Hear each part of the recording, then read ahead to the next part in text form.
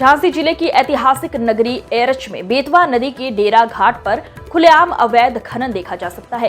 क्या ये अवैध खनन प्रशासन की सरपरस्ती में हो रहा है या स्वयं खनन माफिया अपनी दबंगई पर मां बेतवा की दशा दिशा दोनों बिगाड़ रहे हैं?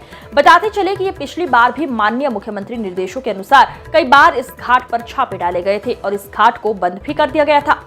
इस वक्त मैं झांसी जिले की ऐतिहासिक नगरी एरच में आए हुए हैं और यहाँ आप देख रहे हैं कि जो ऐतिहासिक नगरी एरच है ये विष्णु क्या नाम है पुराणों के हिसाब से जो विष्णु के 10 अवतार हुए हैं उसमें से 3 अवतार एरच में ही हुए हैं। जो विष्णु के जो 10 अवतार में से 3 अवतार एरच में हुए हैं। आप देख सकते हैं कि आज जो ऐतिहासिक मंदिर बना हुआ है मड़िया महादेव के नाम से, और इसी को लेके माननीय योगी आदित्यनाथ जी जो मुख्यमंत्री उत्तर प्रदेश शासन के, उन्होंने बनारस की तर्ज पे ही यहाँ एक 4,68,71,000 की एक धनराशि स्वीकृत की है कि यहाँ उसी तरीके से जो यहाँ मणिकर्णिका घाट बना हुआ है बनारस में, यहाँ भी बेतवा का घाट बनाया जा रहा है। जो और इस घाट पे माँ बेतवा की आरती रोज़ हुआ करेगी यहाँ सुबह शाम।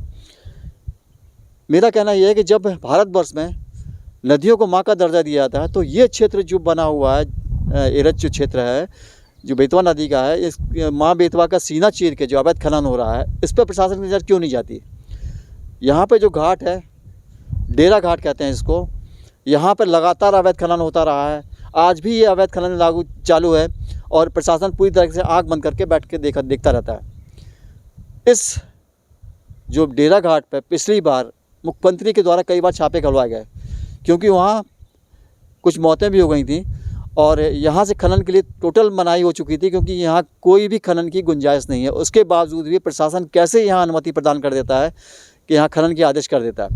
अवैध खनन तो हो ही रहा है, वो लिफ्टों से हो रहा है। लिफ्टों से खनन का मतलब है जो एनजीटी के नियम है इसके मुताबिक लिफ्टर चलाना अवैध है। लिफ्टर्स जब चलते हैं तो जो नदी का सीना चीर के ये लगभग 30 से 40 फीट तक गहराई में खनन करते हैं। उसके बाद जब गड्ढे हो जाते हैं तो कई लोग उसमें फंस के उनकी मृत्यु भी हो जाती है। और जब गड्ढे होंगे तो निश्चित है कि वाटर लेवल भी डाउन होगा, क्षेत्र में नुकसान भी होगा और जो माँ बेतवा का सीना चीर के जिस तरीके से कर रहे हैं उसकी दिशा और दशा दोनों बदलेगी।